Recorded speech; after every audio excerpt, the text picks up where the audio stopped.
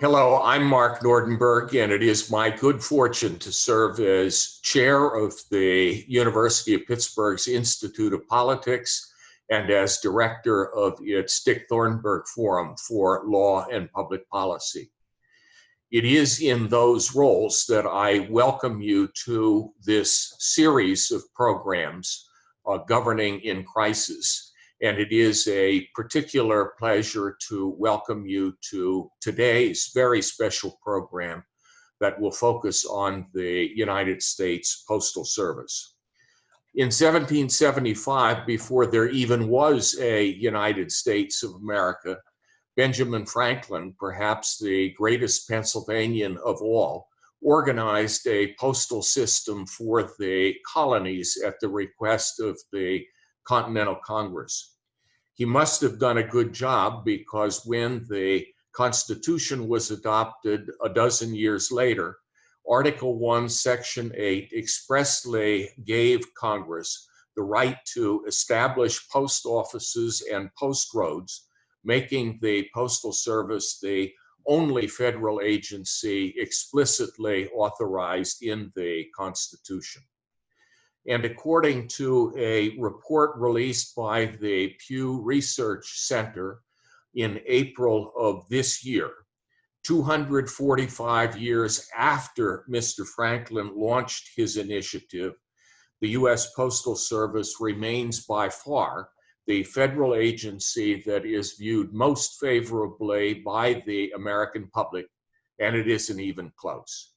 91% of the American public has a positive view of the Postal Service, and 79% of the public, also a large number but not really comparable, has a favorable view of the Centers for Disease Control and Prevention, which is second on the list. But these are times of both big challenges and high expectations for the Postal Service, particularly with the pandemic-driven push to make far greater use of mail-in ballots in this November's general election. There is no one better positioned to discuss the triumphs and tribulations of the Postal Service than Patrick Donahoe, who I might fairly describe as a local boy who ventured out into the world and became a really big success. Pat was born and raised in this area and attended the University of Pittsburgh. In fact, he began working for the Postal Service in 1975 when he still was a Pitt undergraduate, and then stayed for some 40 years. He rose to its top position and served as Postmaster General of the United States from 2010 to 2015, when he retired. The U.S. Postal Service is a huge enterprise. In fact, if it was a publicly traded company, it would be one of the largest in the country. One description that I have read said that the service annually delivers more than 140 billion pieces of mail and packages, generating more than $70 billion in revenue to cover 165 million business and residential addresses 6 days per week, and employing over 620,000 people. Put another way, the Postal Service touches the lives of most Americans 6 days a week. So let me begin with the most obvious question, Mr. Postmaster General. How did you come to work for the Postal Service in the first place, and what led you to stay so long? Well, Chancellor, let me first say thank you very much for including me in this discussion today. Tell you what happened many years ago, 1975. I was a student at the University of Pittsburgh, junior in college, and my uncle called and said, "Hey, the post office is hiring. Go take a test. It's a great place to work." And so I did, and I ended up there November of 1975. making big money at $4.75 an hour. Back then, that was pretty big money. And the funny thing is that, I thought, well, I'll finish up and then I'll get a job outside the Postal Service. And the late 70s, I graduated in 77, was pretty tough from an economic standpoint. And there was really nothing out there. So I thought, I'll stay for a while longer. Next thing you know, 40 years later, I was ready to retire. Time can fly. That's true. That's true. The Postal Service, of course, has a great and very interesting history. And even today, there are some parts of the work of the service that sounded venturesome in the old-fashioned sense. Last weekend, for example, I read an article that began the following way. The only way to reach Supe, Arizona, population 208, is to hike or helicopter 8 miles to the bottom of the Grand Canyon. The U.S. Postal Service delivers mail and supplies there 3 days a week by mule. I gather that even though you held a lot of positions with the Postal Service, managing that route was not one of them. But you have described to me how the Postal Service grew with the nation and how the nation grew with the Postal Service. And you've described that in terms of modes of transportation. Can you share some thoughts on that? Sure. The other thing I think it's important to realize with the Postal Service is, besides that route that we deliver down into the Grand Canyon, if you look at the state of Alaska, there's no way to reach many of those cities unless you go by plane, and the Postal Service pays for the plane. And you see that around the country. A lot of the rural areas, some of the only regular service they get is through the mail. But the Postal Service has been an innovator over the years, starting with post roads, then railroads. The Postal Service was the largest purveyor of railroads for many years and really resulted in that westward expansion. Same thing with vehicles and planes. And if you think of a little statistic from way back, in 1910, the Postal Service owned the most stables and horses. By 1920, they owned the most vehicles, completely transformed what happened in cities, and people started to use vehicles. And once the Postal Service established that, you had the ability to start building the infrastructure in that everybody else was able to use. Same with planes. Planes started off hauling mail, and then some of the airlines decided, hey, we'll throw some passengers in there too and make a little bit extra money. And to this day, the Postal Service still uses commercial airlines to move mail around the country. And it didn't stop there. The Postal Service has been very much of an innovator around optical character technology and address management. The address mail base that the Postal Service has runs a lot of the economic decisions that get made in this country today. The big numbers that I offered a little while ago are really attention grabbing. But it is one small number that I left out that may be the biggest surprise to most people, that the Postal Service's federal government subsidy is zero, nothing. Has it always been that way? Well, the Postal Service until 1971 was actually a cabinet position and 100% subsidized by the federal government. So back then when stamp prices were 2 cents, 3 cents, 5 cents, back in the good old days, a lot of that was covered by subsidies from, taxpayers. In 71, the Postal Service was created out away from the post office department. And then by the late 70s, early 80s, the subsidies that they received went away completely. Postal Service is 100% self-funded. So that's why it's so important, that the right pricing, the right volumes are in there to cover this, vast network that they serve on a daily basis. Well, and since there is no federal funding for the Postal Service, can we move to the logical assumption that there also then are few federal strings in terms of the managing of the Postal Service? There are many strings. There are times that I felt like Gulliver.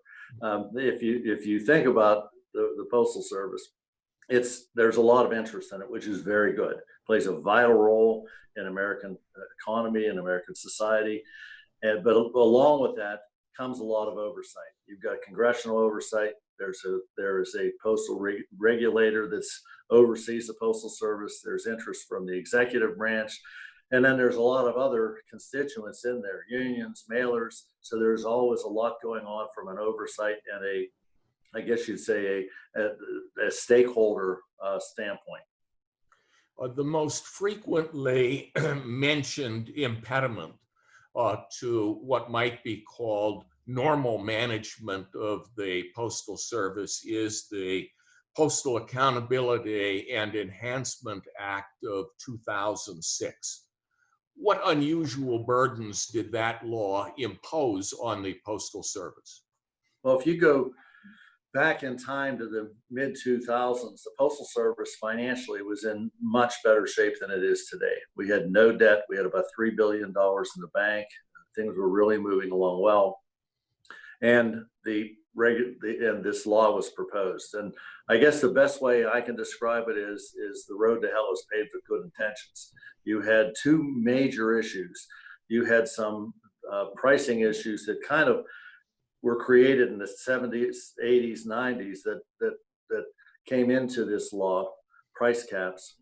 And at the same time, a recommendation was made that, well, since the Postal Service is in such good shape financially, why don't we have them pre-fund retiree health benefits? And we had no issue with that. If you extend a benefit, you should be responsible for paying it. What happened, though, was this. The proposal was to pre-fund this bogey, and it was about $90 billion over a 40-year period. We were okay with that. What happened when the law came to be, the CBO required that bogey was paid in a 10-year period. So we ended up, starting in 2007, with a $5.5 billion requirement to pre-fund retiree health benefits. That would have been tough to do in any normal time, but right on top of that, we had the Great Recession, and that's what really threw the Postal Service into the fix that they're in today financially. So I think I've read that you were expected to fund 75 years of retiree costs in a 10-year period, and that in fact you were providing funding for people who were not yet employed by the Postal Service or might not even have been born. Sometimes no legislation is better than legislation that gets passed. And I think the lesson that we learned there. And again, our thoughts were, take the responsibility. We had no argument with that. The problem that you ended up with was, different congressional rules came into play, and it became a burden that was almost impossible to actually fulfill. Steele, I watched a video of a speech you gave to the National Press Club in 2013. By that point, this law had been in effect for a while, and you still were optimistic that you had a business plan that could put the Postal Service on firm financial footing. What were the main ingredients of that plan? Well, the plan we talked about in 2013 still applies today. The Postal Service has two major issues that it faces from a financial standpoint. Number one, you've got balance sheet issues. Number two, you've got cash flow issues.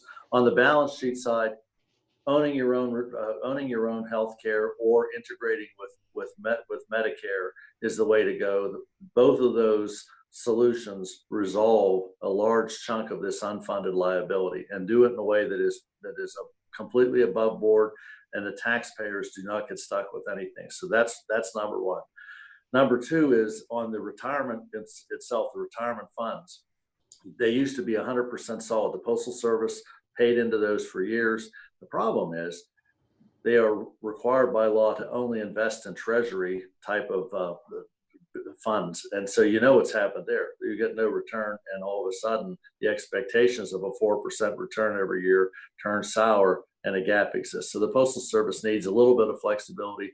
There's some proposals there. Those two things resolve the balance sheet issue.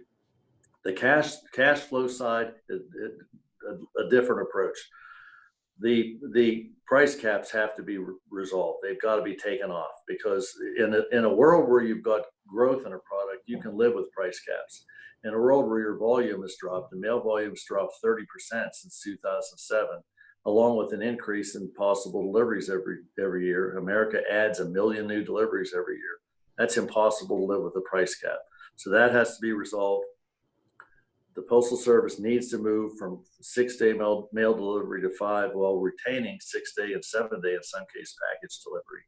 And it also needs to have a lot more flexibility to get out and innovate, especially on the package and the delivery side of the house. You do those, you can fix the organization, and you can set it on a good course going forward. In that same speech, you said if there was no postal reform, people were going to see a grown man cry. I guess you were talking about yourself. I was. And I would say that you were diplomatically optimistic that Congress would move forward with a reform package. What did happen? Because most of the things that you're talking about are things that other large employers have done long ago. Sure. What we proposed, we felt were common sense solutions that had put the organization on good financial footing and took them off of the potential of any kind of taxpayer bailout. We did not want that. Unfortunately, I mustn't have been a good enough salesman, because it didn't go anywhere, and it still hasn't gone anywhere.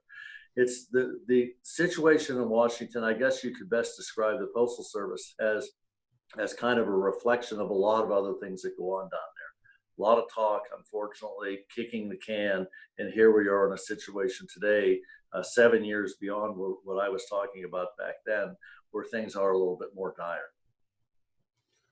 You know, just to go to one of the proposals that you mentioned, which seems so straightforward, that is eliminating the Saturday delivery of mail, even though, as I understand it, you would have continued the delivery of packages on Saturday. What stood in the way of that? I mean, how much money would that have saved? Well, if you look in today's dollars, it saves about $3 billion a year. That's substantial. And with the volume drop that the Postal Service has experienced with mail, you would easily be able to carry that same volume in 5 days versus 6. There's a lot of reasons why it stopped. There were concerns from the mailing community. There were concerns from the unions. There were concerns from politicians, both sides of the aisle, urban versus rural.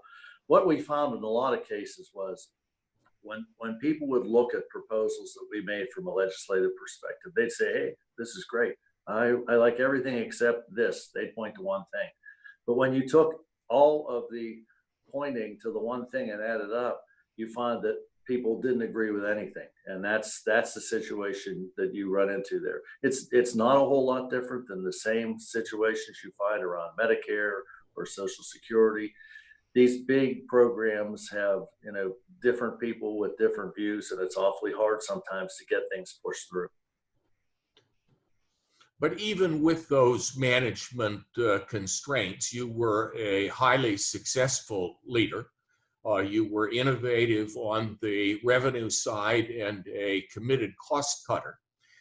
In fact, during your decade of service as the Chief Operating Officer of the Postal Service, you introduced productivity enhancements that led to the elimination of close to 250,000 jobs, and more were added during your tenure as CEO. You always have been very careful, though, in commenting on those job reductions to say that they were accomplished without any layoffs. Why do you always add that final clause? Well, there's a couple reasons. Growing up in Pittsburgh, we were probably the first major city to see economic disruption when the steel industry went down. And I had friends and relatives who lost their job And my concern from a leadership position on the Postal Service was this: we knew we had to make these changes. We wanted to get as far ahead of them as possible. We used to say, get ahead of the curve and have a soft landing. That way, you could reduce as people retired, and you would not replace them. Maybe use some overtime until you made some changes. But the net was we were able to reduce the headcount by about 300,000 people with no layoffs. This way, people were able to retire. In some cases, we bought them out with a little incentive money. But the idea was that you tried to get the reductions made while at the same time keep the spirit of service within the organization. My big worry always was that if we would have ever had to get into a layoff situation, you would have a lot of people all of a sudden lose that desire every day to come in. And our employees do a great job every day to come in and provide that service to the customers. Very important. It is a great service with a human touch, and I think most of us develop some kind of a relationship with our mail carrier, which is reflected in that 91% approval rating. You came up through the ranks, and before you became the Postmaster General, you were the Chief Operating Officer. And I've noted that your successor, the current Postmaster General, was the Chief Operating Officer under you. The President has now nominated as her successor someone who is an outsider and someone who also happens to be a very large donor to the President's campaigns and to other Republican causes. Do you have anything to say about this insider-outsider contrast? Well, historically, until the Postal Service became independent from the federal executive branch, we had outsiders forever. It was a cabinet position at one time. And in fact, the Postmaster General was generally the campaign manager of the president, because there was patronage jobs that were handed out, et cetera, et cetera. All that changed in 1971. So if you fast forward between 71 and the year 2000, we've had people from both the inside and the outside. So it's not really that much out of the ordinary. The last four of us have been from the inside. The person that's going to be the new Postmaster General in the middle of June has relationships with the Postal Service. He ran a trucking company that was a supplier, so he is familiar with the organization. Generally, we found over the course of time that suppliers were pretty good partners for the Postal Service. So my expectation is he comes in with some knowledge, maybe not intricate knowledge about everything, but he has a lot of knowledge, and I think he understands very clearly the role in the economy and society that the Postal Service plays. So I think it'll work out okay. Well, that's good news.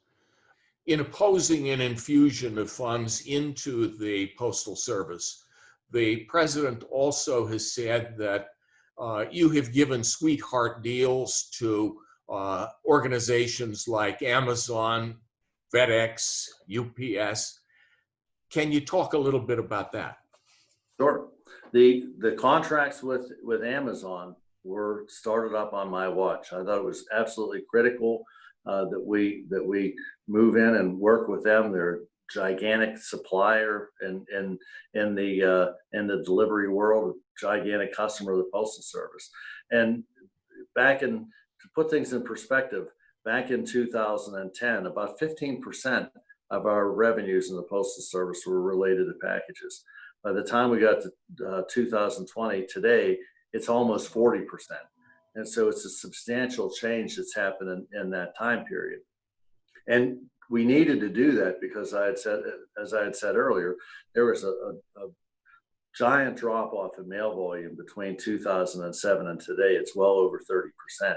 So it would have been irresponsible for me at the top of the organization not to pursue every opportunity that I could to bring revenues in.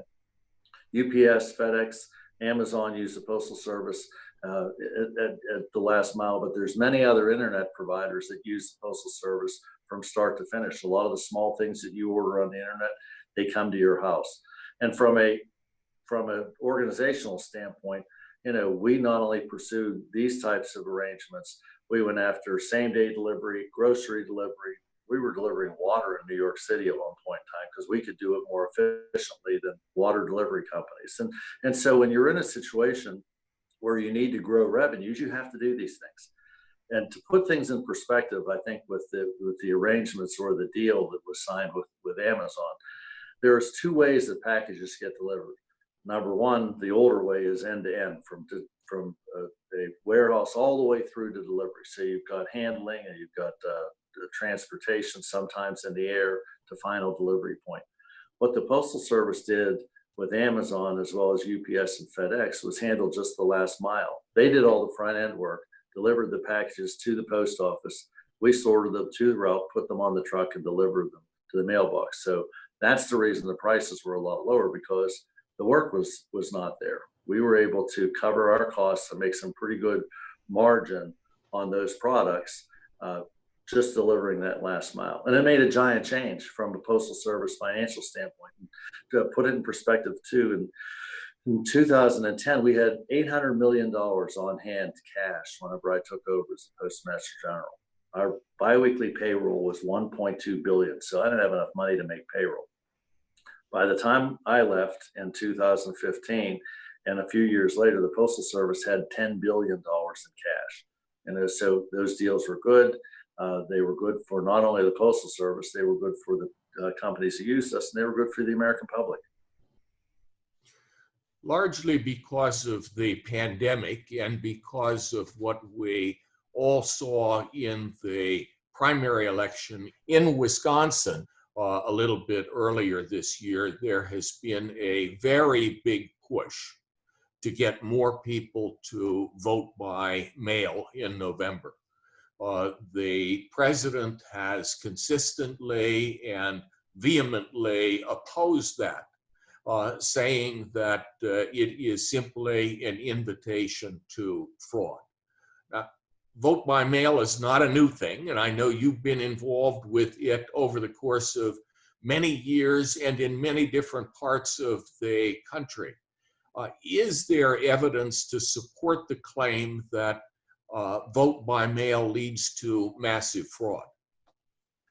There are a number of states that use a vote by mail process 100% today. Washington, Oregon, Utah, to a large extent, Colorado, to a large extent also California. And there's no evidence at all of any kind of fraud.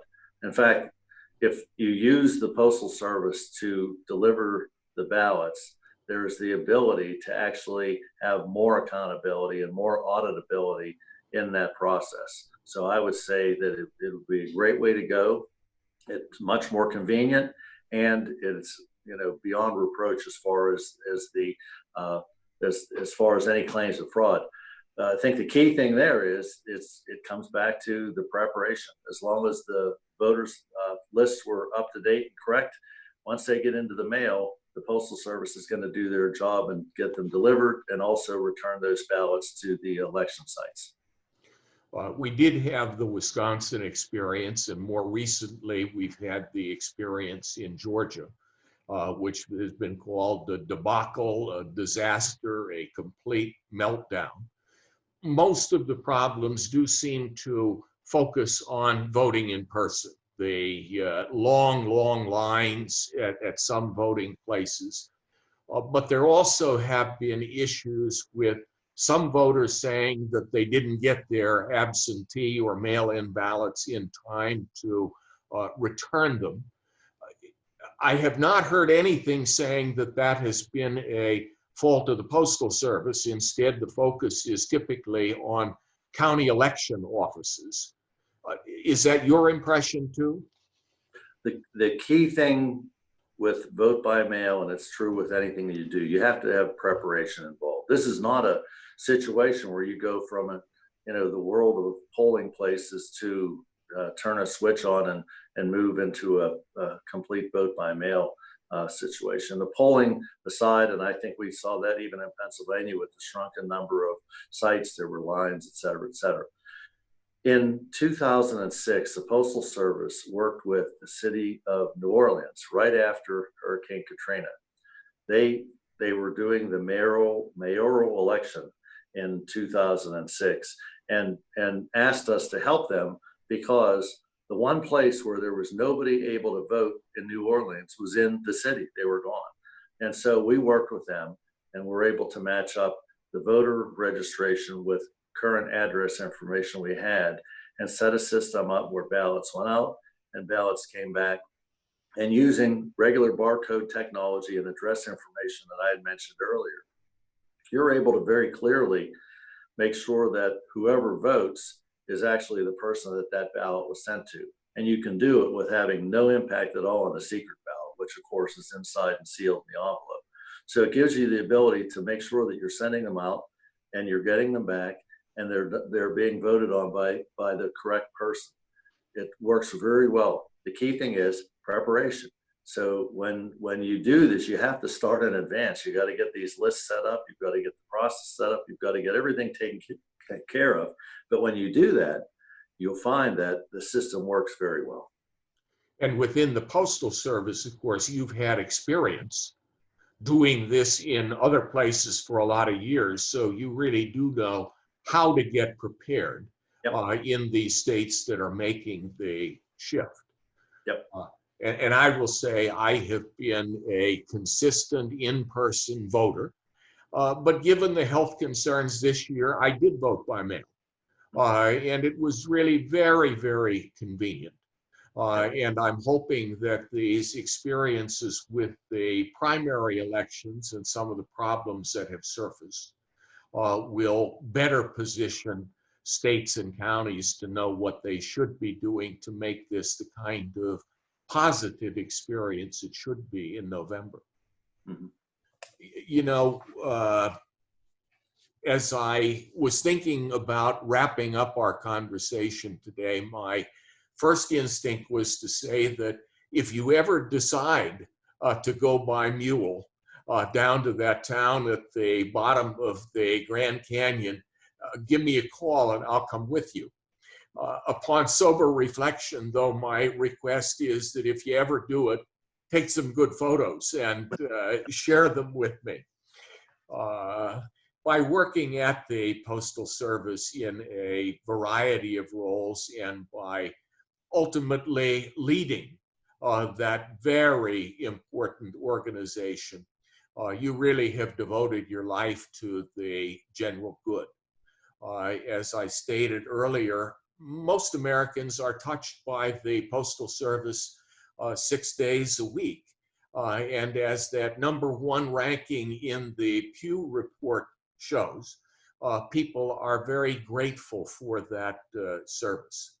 As I wrote to you in my former role as Chancellor at the time of your appointment as Postmaster General, certainly everyone here at the University of Pittsburgh is proud that one of our graduates held such a critical position. So thank you not only for being here today, but thank you as well for your life of impactful and inspiring service. We are grateful.